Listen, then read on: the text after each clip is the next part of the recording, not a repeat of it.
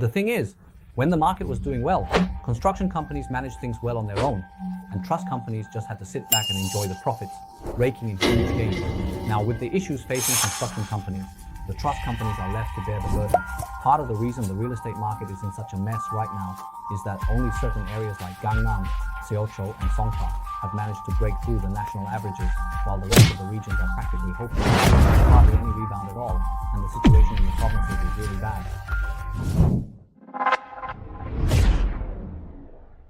Hello, nice to meet you. I'm Dr. Kim from Richgo. Hello, I'm Kim Ki-hyun from Richgo. Yes, and also, you've never done anything like this before, but you're offering a free lecture, right?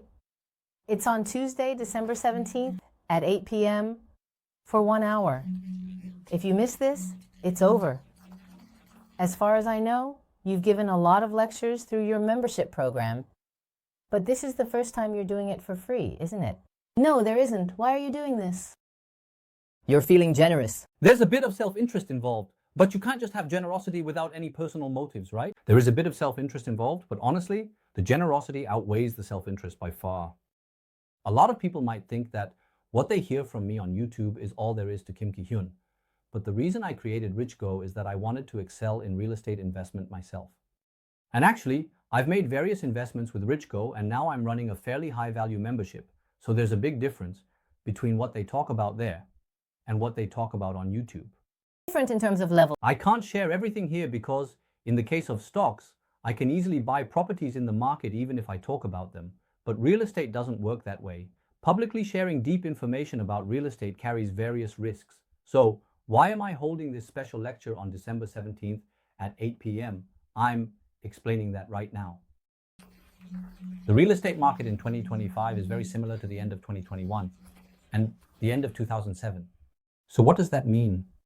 When we look at the real estate market in 2008 and 2022, it indicates what will happen in 2025. However, when we look at 2008 and 2020, the real estate market experienced a significant decline. It dropped to a level that was almost a crash, and that's why I clearly pointed out back in October 2021 that we had a once-in-a-decade selling opportunity.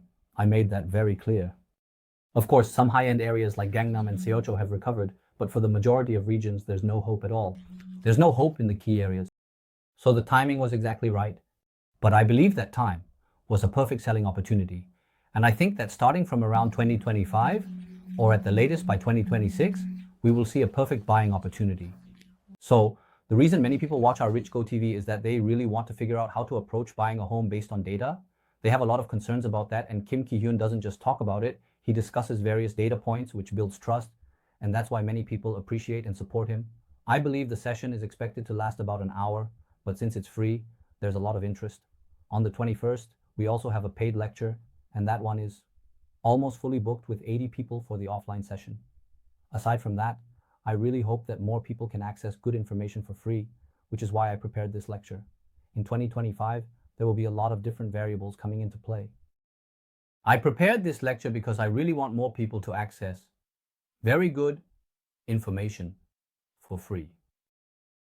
In 2025, a lot of different variables will be coming into play. Interest rate cuts have already begun, and with Trump ushering in the 2.0 era, we don't know what might happen next, yet prices are still very high.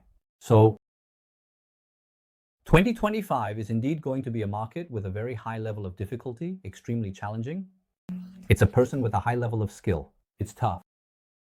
So it's going to be a very challenging market. And paradoxically, because the market is tough, there are plenty of opportunities that the public can't see, which can lead to a rise in the asset class. I started my membership in 2024. So right now, we have about 200 people who have joined and are currently participating. Some of them are already getting into plus P investments. Plus P investment means that you can generate money and acquire real estate, and I believe that these opportunities will continue to increase in the future. So what I'm saying to our VIP membership members is this. In the next 5 years, you can increase your assets by about 10 times. This means that such opportunities are approaching.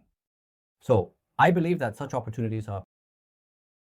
In 2021, I mentioned that there might be a once-in-a-decade selling opportunity, and I thought it might come in 2022. However, the government forcibly intervened to block that from happening. This decline So in 2023 and 2024, we saw two short-term rebounds, but I think in 2025, things will change. I believe the landscape is going to change a lot, and so the incredible opportunity that I've been waiting for a long time is likely to start happening at some point in 2025. So for those who are interested, when is it? On Tuesday, December 17th at 8 p.m. If you can't listen, then there won't be another chance. I'm not even going to make this public. That's it. That's it.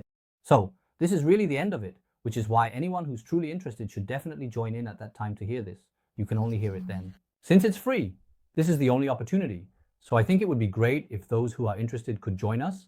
There's a link in the pinned comment, so you can just click that link and sign up. Let me explain the participation method again briefly. So if I comment on the pinned link, I can join right away. Yeah, the pinned link. Even if I don't join now. Yeah, let me show you for a moment. While you're looking for that, the content we'll cover at that time will be future projections for 2025 based on big data, right? You'll also be sharing information about investment opportunities. It's for 1 hour. I'll do my absolute best to prepare. It would be easier to understand if you could see the screen. If you simply click on the pinned link, this will come up. So if you click on the registration button, everything you need is right here on the right side, so it's not difficult at all. So if you join us, we'll create a great lecture together. That will provide good opportunities for the upcoming 2025. Yes, it's December 17th. Make sure to remember that. I hope you can turn the upcoming crisis in 2025 into an opportunity. Participate in comments. Recently, the real estate market has been struggling. Real estate trust companies like Mugunghwa Trust are facing a crisis. News keeps constantly coming in. In the end, I've been hearing a lot about how what was bound to happen has finally come. Today, I thought we could talk about the crisis facing real estate trust companies. It might be a bit of a difficult topic, but I'll do my best to explain it as simply as I can, so please listen carefully. According to a recent article from Money Today, real estate trust companies are on the verge of collapsing under their responsibilities. So, in the third quarter, the losses exceeded 200 billion won. So, during the boom, the business was really good. But now that we're in a recession, construction companies are getting hit, and now we're seeing a chain reaction of failures. And as you all remember, there have been a lot of discussions about real estate damage related to construction companies, developers, savings banks, capital companies, securities firms, and Sayamol Jumgo. But this is the first time we're hearing about the trust companies. It's true that Mugunghwa Trust is in a crisis, but recently, they've received warnings about their financial soundness. That's right, that's right. Is it going to fail? No, it's not like that. Let me explain each point one by one. In fact, real estate trust companies experienced a huge boom in the real estate market from the early to mid-2010s until 2021. So, they were basically just raking in huge profits without much effort. So they made a lot of profits, but now their financial soundness has rapidly deteriorated. So what's the reason for this? In 2017 and 2020, the real estate market was really hot in the second half of the year. So, because it was during the boom, they went with a responsibility sharing model, responsible completion type. So I will explain in more detail what the responsible hollow type is. Expanding the business responsibly caused this situation. The worsening real estate market burdened construction companies. So, Hwarang, there wasn't any problem, but as the real estate market worsened, it turned out that construction companies were also struggling, and they ended up having to bear that burden. That's right. So, what is this responsible completion type business that puts these trust companies at risk? If you look at this, the trust company agrees to the obligation of responsible completion. So, what does responsible completion mean? This building is now under responsible completion. It's an agreement to take on the obligation of completing the entire building. It's about completing building because usually we have a construction company do the construction. But there are also many small to medium-sized construction companies, right? But small to medium-sized construction companies are, in a way, very vulnerable to risks. So how can financial institutions trust these kinds of companies enough to provide real estate project financing? Trust company took responsibility if construction failed. Now, trust companies bear burdens. We said we would take responsibility even if the construction company made a mistake. But the thing is, when the market was good, the construction companies were managing just fine on their own. So the trust companies just had to sit back and enjoy the profits, raking in huge gains. But now, as the construction companies started having issues, it created a structure where the trust companies ended up having to bear all the burdens. If the construction company can't finish the project due to financial issues, the trust company takes on all the responsibility. During the real estate boom, there wouldn't be any interruptions in construction, right? That's because sales were going well, so there weren't really any issues. But recently, the impact of high interest rates and unsold units is now spreading into the real estate trust industry, causing construction companies to shake. So during the COVID period, people went crazy buying things like logistics centers, knowledge industry centers, and office tells. I had a lot of people around me who were recklessly buying several knowledge industry centers, office tells, and residential facilities. That's right. But all of these issues are arising because the trust companies are taking on the responsibility for real estate project financing, which has led to problems. So, looking at the management performance of domestic real estate trust companies, as of the third quarter of 2024, there are still some that are making profits. But now KB Real Estate Trust has a loss of 86.1 billion won, then Kyobo Trust has a loss of 137.7 billion won, and Mugunghwa Trust has a loss of 16.5 billion won. Then, Shinhan Asset Trust has a loss of 178.5 billion won, which is almost close to 200 billion. But if you look at it this way, Mugunghwa Trust has the smallest loss, right? In the midst of all this, only Mugunghwa Trust is currently... Because behind KB, there's Shinhan, which is backed by the KB Financial Group. So, there's a solid support system behind them. It's about having a backup. It's fine to have a backup, but in the case of Mugunghwa Trust, which doesn't have that support, that's where the problems are arising. And let me explain the structure a bit more. We have the construction company, right? There's construction company. Next, we have the project operator, which is the implementing company. Then there's the lead manager, referring to firms in the main project financing. So the reason is that the implementing company is in charge of sales. But then if you give the money to the implementing company, if the implementing company uses this money however they want, it could lead to a situation where they just take off with it. That's right. And they could embezzle the funds. There are these kinds of risks. So let's say the entity running the business and the entity managing the money are different. For example, let's say you, Richgo, invested money in real estate project financing. Is it safe to give this money to someone doing real estate project financing? Or is there a lead manager that separately manages the funds, and these people control the money so that the project operator who is in charge of the business can say, we need money because we have this and that going on, and then they manage everything and give the money? What kind of method is that? Of course, it's the latter. So this is the structure we have. So this is how it works in the first or and second financial sectors. So it covers the risk that the implementing company could embezzle the sales proceeds and other funds. So if the implementing company, which is the entity running the business, asks you to put money in, what does that mean? It's risky. What is this? It's risky. It could be a scam. Please remember that there is a high possibility of it being very risky. It's some special allocation from the company. Even if they try to sweet talk you or whatever, you absolutely must not fall for it. Next, why does the trust company come in here? It's usually the construction company that takes responsibility for the completion. Our company, as the construction firm, should take full responsibility and ensure the completion. For example, big construction companies are generally trustworthy, right? But what if it's a construction company that we don't know much about? So, do you trust them? Trust them. It would be unsettling, right? It's unsettling. As there's lack of credit, so who comes in here? That's where the trust company comes in. So, instead of small to medium-sized construction companies that lack credit, the trust company promises to take responsibility for the completion. On top of that, they will also manage the sales proceeds. So, is that right? Okay, then I'll lend you the money. But usually, can small to medium-sized construction companies that lack credit really operate in a business location that anyone can see is good? Isn't there? It's probably not going to be easy. So, what are all these things? It's just a bit precarious. There's a certain level of risk. That's why they do these things. That brings us to the first financial sector. Usually, do we do this at a bank? Aren't you doing it? They hardly engage in such projects. It's uncertain. They only do what's certain. No, the first financial sector. Lending money only for projects carried out by large construction companies is enough to make a good profit on its own. So what are most of these things that involve trust agreements? These financial companies are doing estate project financing, like savings banks or credit unions. But here's the thing. Warren Buffett said something like that. When the asset market is doing really well, you can't tell who's swimming in a swimsuit or who's swimming without one. When things are good, everything is good. But what's the problem? The problem is always when things are bad. When things are bad, it's the same with our relationship.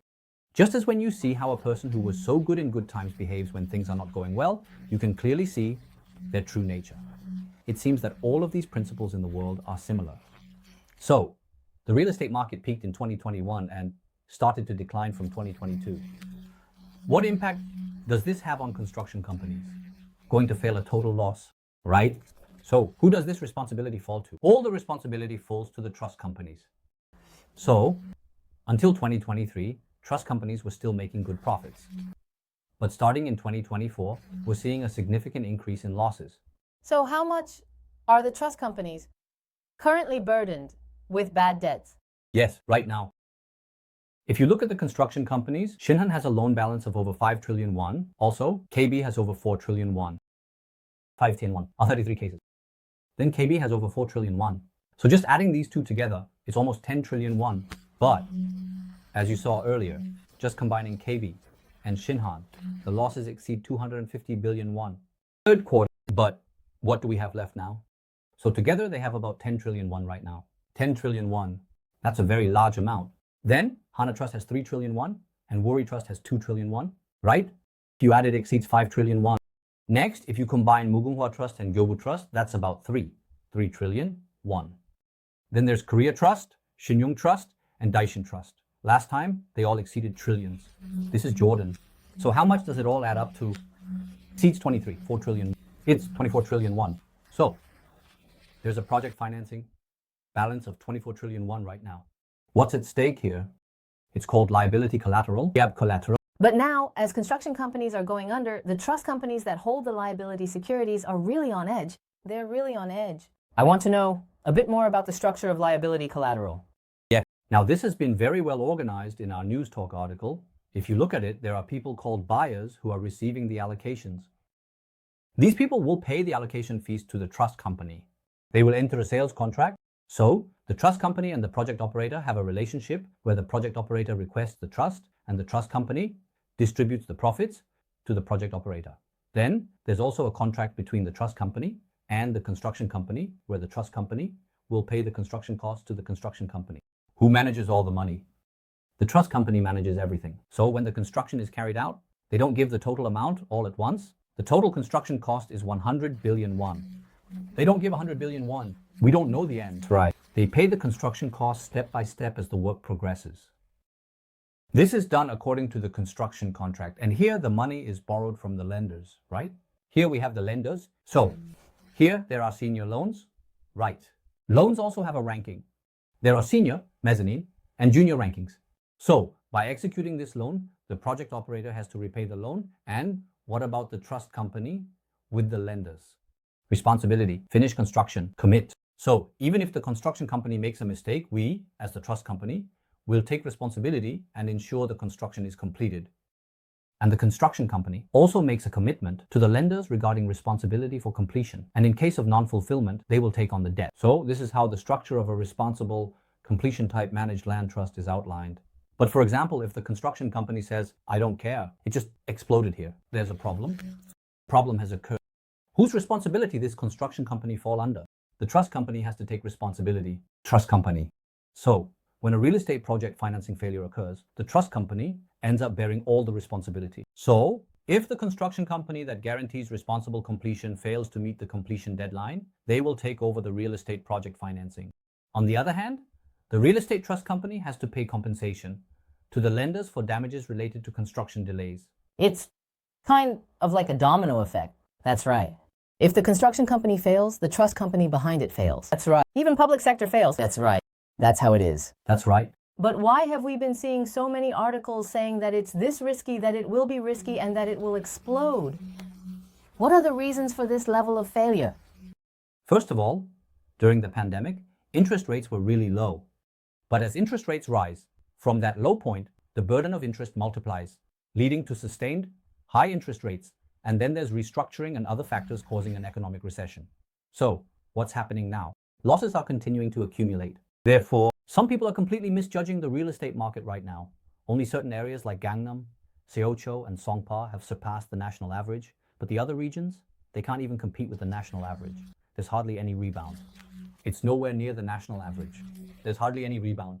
The situation in the provinces is really bad. So, the peak that I mentioned in October 21 is exactly that. But just because some areas are hitting record prices, it doesn't mean that the entire real estate market is dead.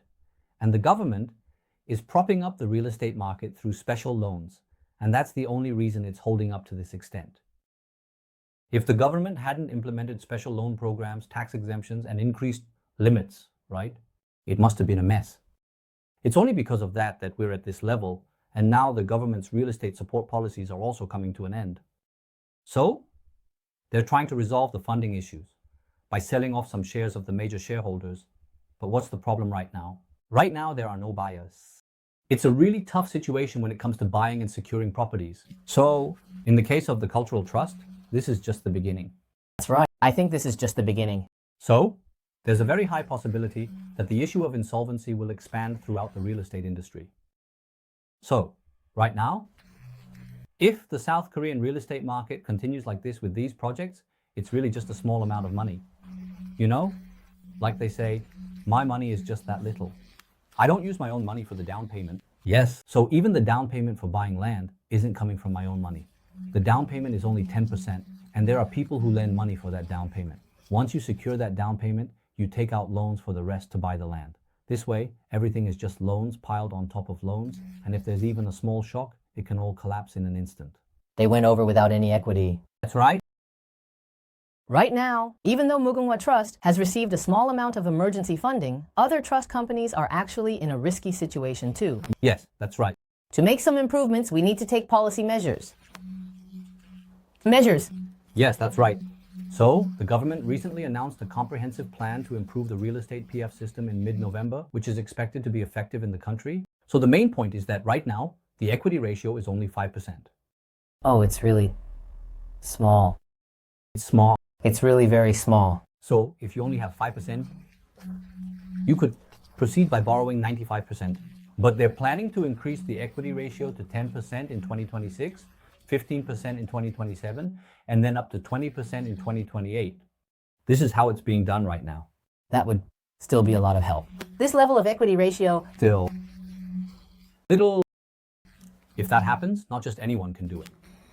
Because my capital needs to be more than 4 times compared to before.